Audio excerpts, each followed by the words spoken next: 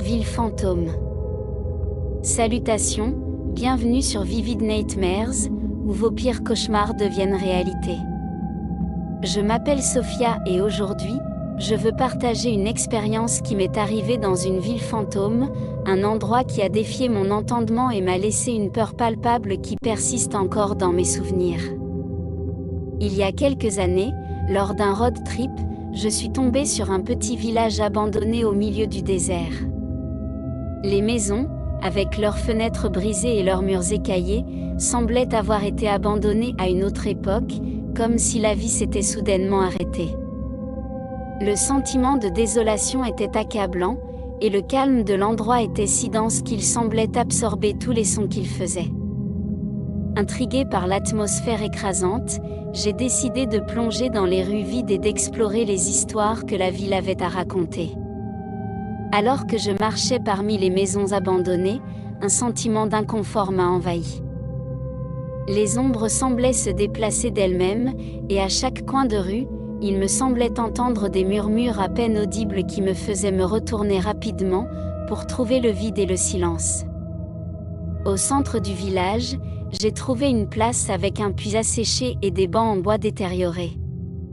Le sentiment d'être observé s'intensifiait, comme si les fantômes du passé m'observaient dans l'ombre.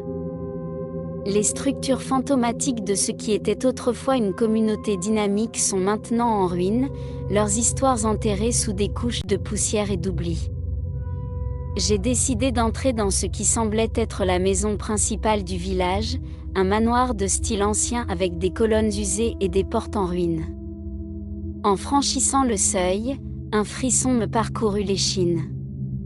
L'air était chargé d'une présence inquiétante, comme si le temps lui-même s'était arrêté en ce lieu. Alors que j'explorais les pièces vides et couvertes de toiles d'araignée, le sol craquait sous mes pieds comme si j'enjamais des histoires enfouies et de sombres secrets. Dans l'une des chambres, j'ai trouvé un journal poussiéreux parmi les restes de meubles anciens. Les pages jaunies et usées révélaient des récits de tragédies personnelles, de rêves brisés et d'un sentiment persistant de désespoir qui me coupait le souffle.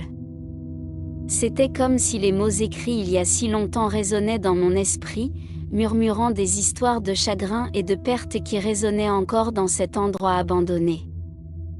En quittant la ville fantôme, j'ai ressenti un soulagement mêlé de peur. L'expérience m'avait laissé une marque indélébile, me rappelant la fragilité de l'existence et la capacité des lieux abandonnés à conserver des histoires qui transcendent le temps. Merci d'avoir regardé cette vidéo. Souvenez-vous et rêvez de vos démons les plus profonds. Au revoir. Ville fantôme. Salutations, bienvenue sur Vivid Nightmares, où vos pires cauchemars deviennent réalité. Je m'appelle Sophia et aujourd'hui, je veux partager une expérience qui m'est arrivée dans une ville fantôme, un endroit qui a défié mon entendement et m'a laissé une peur palpable qui persiste encore dans mes souvenirs. Il y a quelques années, lors d'un road trip,